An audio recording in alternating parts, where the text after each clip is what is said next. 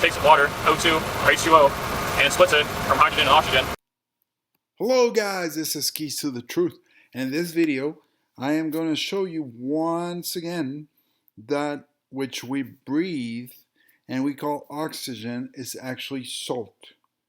This is coming to me by way of an actual submariner, a guy that was in the military for a long time, and I met him. He was driving as an Uber, and this conversation came to point, and he mentioned, this is how they make oxygen in submarines. So number one is there is no such thing as hydrolysis. It is a lie. It's a complete fabrication. Water does not consist of hydrogen and oxygen, H2O. It's just a lie. Actually, and it's very easy to prove.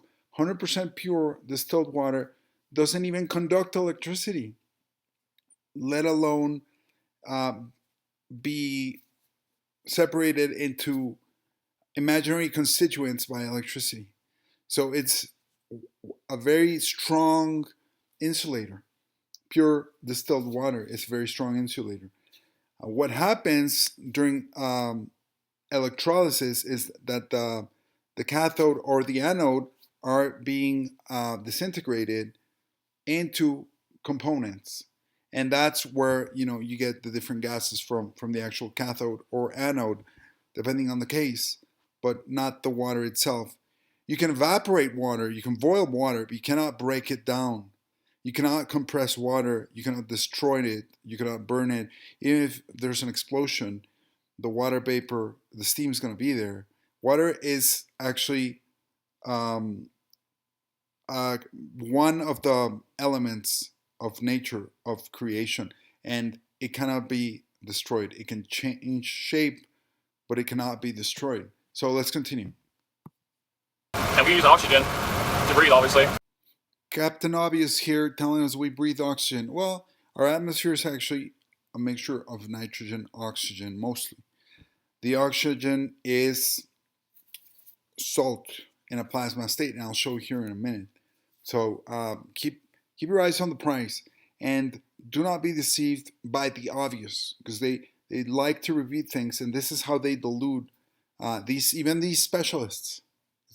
Right. And then we send the hydrogen overboard. Okay, so I told you there were two methods to create oxygen on a submarine, right? The first method is electrolysis, which I knew about. The second method was a little bit counterintuitive to me. This is a match, burning. And as you know from high school chemistry, burning means oxidation, meaning it is taking oxygen out of the atmosphere and creating a chemical reaction. Wrong. That's not what burning is or combustion is. Because combustion does involve oxygen, but oxygen acts as a key. It's a permission based mechanism that allows for combustion and open flames and burning. No oxygen, no permit, no key, no burning. So again, be careful of what assumptions they want to pull over your eyes. So right now, this candle is now burning, meaning it's oxidizing. So when I heard someone on the boat say, hey, we're low on oxygen, we need to go light a candle, that was counterintuitive to me. And what's about to go down? Oh, we're about to burn quiet candles. So make oxygen from the cans right over there behind you. Yep. So you're gonna burn this? Yeah, so the way this works is the candle itself is actually inside this container. And then we'll put them in a basket like this one right here. Yeah. And the basket will go inside here. But we open this up. We have a little striker up here. And on the tip of it is red phosphorus. So what we'll do is we'll have it go through here, and once the candles are in, we'll take this, push it down, and twist it, and that'll light the candles. Okay. And it lights kind of like a cigarette from what I've heard. I've never actually seen one lit, because we can't really leave the lid open when we light them, because that's a class delta fire, and we can't really put those out. Okay. But yeah, that's really about it. That's it? Yeah. Okay, and it makes oxygen as you do it. How long? So think about it. These guys are in an enclosed space, allegedly in a super weapon submarine, and they are playing with a fire that they cannot put out. Like, why on earth or why under the sea would you be endangering the security of the world, the country, and the safety of these men, whom are very expensive and specialized and take years and years of training, to light a freaking candle if you had other means to produce oxygen? You wouldn't. You wouldn't. It's as simple as that. So the simple things. You would not be playing with fire, literally, that you can never put out class delta fire in those conditions if you had other reasonable means of producing said oxygen. Does it burn? So each candle will burn for about 45 minutes to an hour. So both candles together, they can burn somewhere between 90 minutes to 2 hours. Really? Yes. Okay, so you're gonna burn 2 at one time? Yes, sir. And so is this something you need to do or something you're just doing? We mostly need to do it right now because our normal way of making oxygen with the AOG, that's currently down. So this is sort of our backup method of creating oxygen. Backup method, my hiney. Again, these guys are lied to. You're lied to, and the ball rolls down the hill. You know, you get a lying to, and then you pass on the lie, and then everybody's repeating the lie, and it becomes a self-fulfilling lie. Then nobody ever questions the lie, thinks of questioning it, and then next thing we know, we're completely deluded. So it's very easy to fool people. It's very easy to fool masses of people in this fashion using this particular methodology.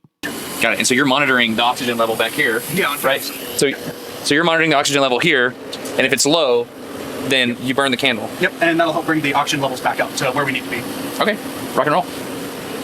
Learning. Science, XO, science. This guy's laughing his ears off at the word science because there's no such thing as science. This is all fakery. Why do I say there's no such thing as science? There's phenomena, and then there's our interpretation of said phenomena and how we can recreate or not recreate them. But doesn't necessarily mean that we know the fundamentals or not. It's a very different thing. So is this your job? Yeah, this is one of the extra things you do for our watch. So, because one of my jobs is to actually monitor the atmospheres themselves. So whenever I notice that oxygen is getting low enough, I would have to make the recommendation to burn the candles. And then... Booyah! Caught the guy red-handed. Man, such a young gentleman and already a big bold-faced liar.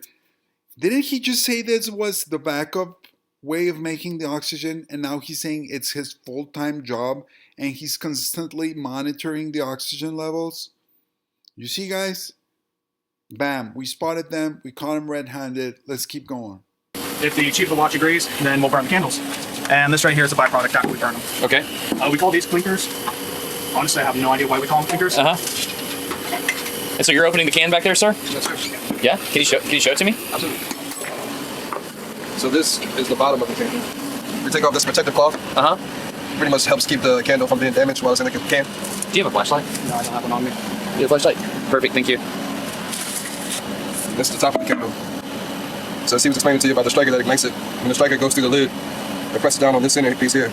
Presses down on that? Yes, and the striker has a phosphorus tip. Yes, sir. These candles can only be ignited due to a chemical reaction between the phosphorus and the chlorate of the candle. The chlorate? Yes. Okay, got it. And so that'll get it going. Yes, sir. Okay, let me get out of your way here. So this is a pretty hazardous activity then, because it involves fire on a submarine. Yes. Yes, sir. And so, one class of fire no one on the submarine ever wants to do. The class delta fire, because it's so oxidized fire, so it makes its own oxygen. Maybe about 4.5 years of next one. You've never seen this happen?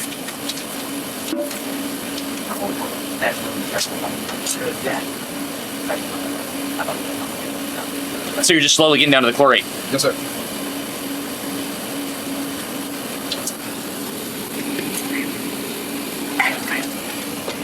So 2 candles. We burn 2 candles at a time to pretty much maximize the oxygen output of the candle burns. So this, when you touch the end with red phosphorus, starts burning, slowly burns, becomes this. Yes. This is the striker we actually use, just a 9-inch nail, and this is the red phosphorus we were talking about. Gotcha. Sir, for this right here, I'm going to need you to step back a little bit because we're about to pull the old candles out, and those are extremely hot. Yes, sir. Which is why we got these heat protective gloves.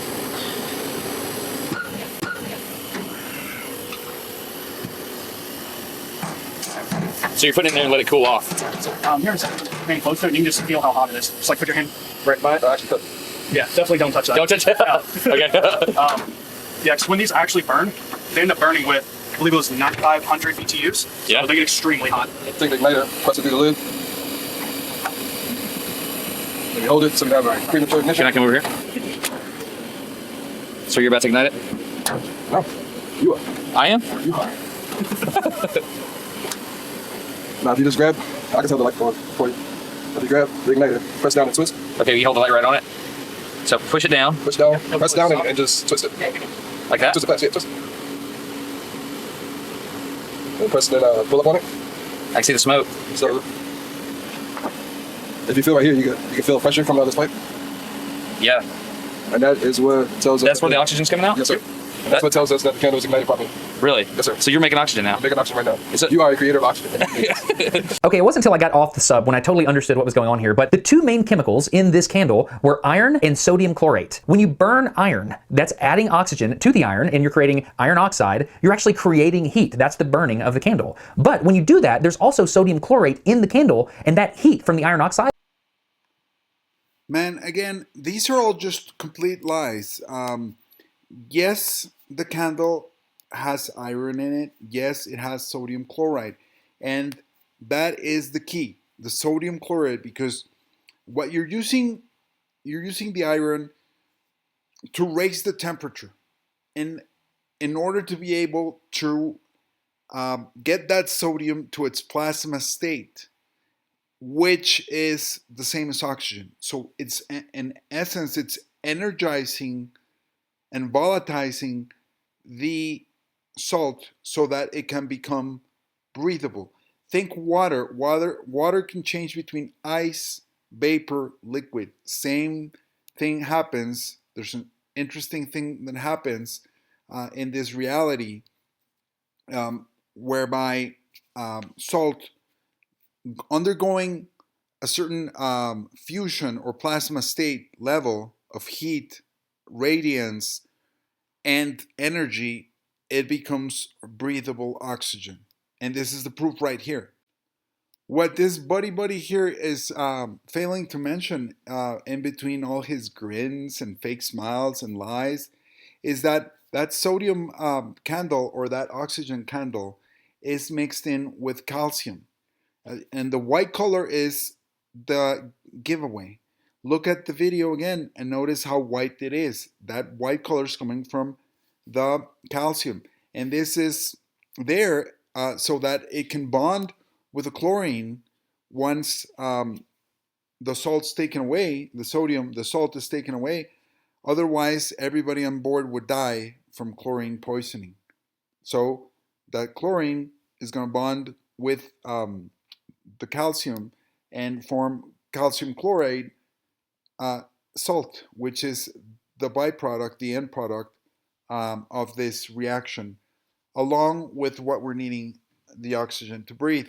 Now, there are three elements, or not, they're not really elements, they're crystals that are formed in the Masonic table of elements made by Mendeleev: oxygen, hydrogen, and what's nitrogen. So I'm going to speak about the others in some other videos, but right now the oxygen, you can watch my other video on this subject of what we really breathe, what is air, and how it comes from the sun. So oxygen, the oxygen that we breathe is made by the sun, and the sun is a plasma being of some sort, higher being, that is producing this reaction. So the sun also has calcium, also has iron, also has salt, which it gets from the ocean. I know these things sound far-fetched, but you must unlearn what you have learned so that you may actually find the truth. And so there is a mechanism whereby oxygen is being generated and regenerated in our atmosphere in this 3D reality. And it is the sun, in fact, that is rendering this oxygen. So what we're proving here right now is one step at a time, is that salt converts to oxygen. There is the formula right there. You can see the components. Research this on your own for the oxygen candle, and you will find out that the one component that's being turned into oxygen is the sodium. The sodium chloride. The chloride pairs up with the calcium, and the energized sodium or energized salt is what we breathe. and what gives us power. So in essence, we're breathing light, we're breathing energy from that energized salt. You see? It's pretty amazing once you figure it out. Then this is all magic. There's nothing materialistic about this. There's nothing classical physics about this. This is you're actually breathing in and you're moving and you're thinking because of the light and the energy inside that oxygen, which is salt.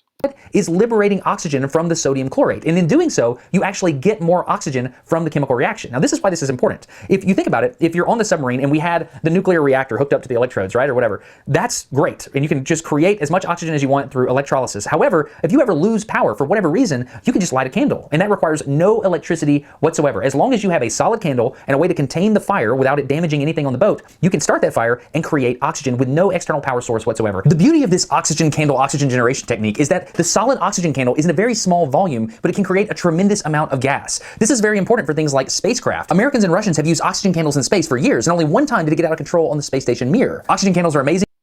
Man, these days, you know, it's a telltale sign when when somebody starts mentioning space and the space station, they're just completely full of it. Space is not real. Like, get over it, research it. It's a complete fallacy, lunacy. All pun intended. We'll live in a enclosed system. Research it, figure it out, come to grips with it, and move on. They're an effective, efficient way to create oxygen on board a submarine. How often do you burn these things? Typically, when we have to burn candles, we light 2 candles every 2 hours. Once in the fore compartment and once in the engine room. Yeah. We alternate every 2 hours. And you're constantly monitoring how much oxygen is... Yes, that's his job, to monitor the cams, our central atmosphere monitoring system, to verify oxygen levels throughout the ship. Furthermore, we can also talk about what is the name for salt, or one of the names for salt in Sanskritam, incorrectly called Sanskrit. And it is lawa. Lava or lawa means salt or sea salt in Sanskritam. And that's very interesting because if you take out the A at the end, which is something that's very common in certain parts where people pronounce Sanskrit, is you get law, the word law. And what does the law mean? The law is the salt. You see? So again, this comes back to the language and encoding our reality. Nobody?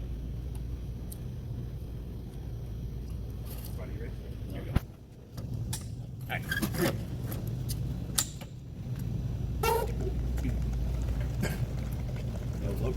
Who's in charge to fill the cup? Can't do it. Now you get them up. So we started off with 76, right? 79. It's gonna keep going up. Go ahead. 28 degrees now.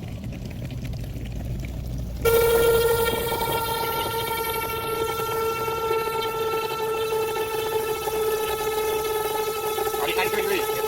Hold that, get prepared. 103 degrees.